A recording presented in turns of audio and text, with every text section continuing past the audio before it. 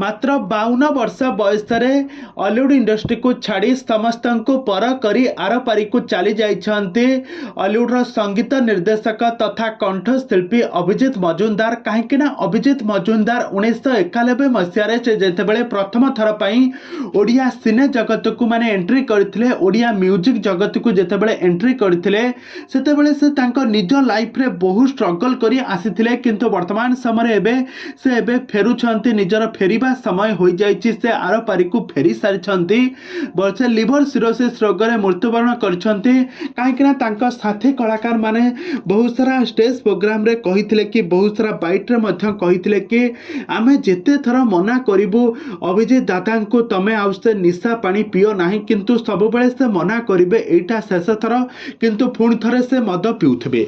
आ अत्याधिक मद P P तांकर आज लिवर किडनी आज नष्ट हो जाइथिला, डैमेज हो जाइथिला।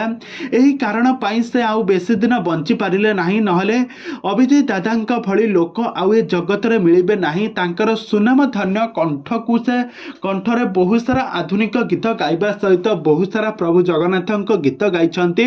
आउ यह सहित से बहुत सारा म्यूजिक कंपोजिशन देवा सहित बहुत सारा मेलोडी पार्टी फंक्शन ने मध्य से आयोजित करिथांती। किंतु वर्तमान समय से समस्त को पर करी आर पारी को चली जाइछन्ति अभिजीत दादा। अभिजीत दादांकर मृत्युवरण रे एबे समस्त कांदुछन्ति, समस्त आखिरे लुह। अनुभव महांती कांदुछन्ति, एपटे बाबूसान महांती धाई आसीछन्ति तांका मृत्यु खबर शुणी।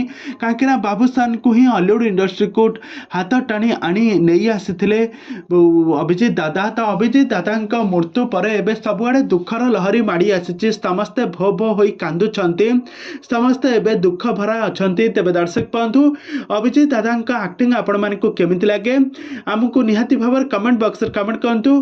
प्रभु जगन्नाथ निकट रे प्रार्थना करंतु तांकर सद्गति आत्मार शांति दियंतु।